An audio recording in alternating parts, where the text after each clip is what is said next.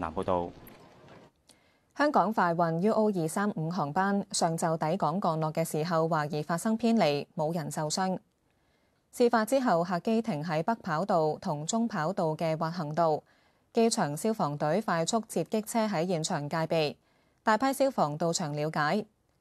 香港快運話，由北京大興機場飛往香港嘅 UO235航班，朝早安全降落之後發生偏離。機上137個乘客同埋機組人員冇受傷，安全有序咁離開機艙。機管局就話，航班滑行嘅時候，懷疑撞到跑道旁邊嘅指示牌，北跑道一度暫時封閉。檢查之後喺中午12點15分重開。天文台啱啱就改發咗3號強風信號嘅，唔少打工仔都開始返工啦。我哋2位記者張文琳同埋何詠薇分別就喺港鐵金鐘同埋沙田站嘅。嗱，先同張文琳傾下啦。你嗰邊而家金鐘站人流係咪都慢慢多咗啦？係啊，咁我哋咧就喺接近晏晝1點嘅時候咧，就到達咗金鐘站呢一邊。咁密密咧都留意到咧，其實出閘嘅人流咧係越嚟越多㗎。我哋可以見到咧，其實咧唔少市民咧都已經係孭住背囊啊，有啲咧甚至乎咧係着晒成套西裝啦、襯衫啦、皮鞋啦咁樣，已經準備好咧就返工㗎啦。咁我哋而家見到個情況咧，其實我哋都同現場嘅職員去傾過。咁因為金鐘站其實一直都保持開放嘅，佢哋咧就話留意到咧喺天文台確定發出喺呢一個時間會改發3號強風信號之後咧，站內嘅人流咧就漸漸咁多咗㗎啦。咁另外咧，我哋到咗之後咧，其實咧都不斷咁聽到港鐵方面咧，其實係有廣播提醒翻市民咧，係會逐漸咁加密翻班次。咁包括荃灣線、港島線咧都會恢復去到2分鐘一班，同平時嘅呢個正常繁忙時段嘅服務咧係相似嘅。咁另外咧，我哋都可以見到咧，其實現時嚟講咧，都有一啲工作人員喺現場啦，咁樣睇下有冇乘客需要幫助。咁 Cindy 啊，喺沙田嗰邊，大家係咪都急急腳咁樣準備返工啊？係啊，曼。咁呢度呢個整體嘅人流其實明顯地係比半個鐘之前係多咗唔少啦。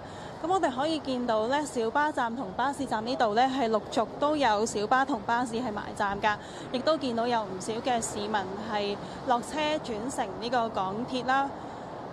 同時亦都見到小巴係有市民係排隊上車，而我哋都觀察到有大約有10架嘅小巴係停泊咗喺度嘅。咁陸續都有啲司機係會開工㗎啦。咁我哋可以再慢慢睇下港鐵站出面呢度啦，見到出入閘嘅人流就唔算係好多嘅，但都 keep 住有人。咁亦都有人係孭住背囊係打算返工啦。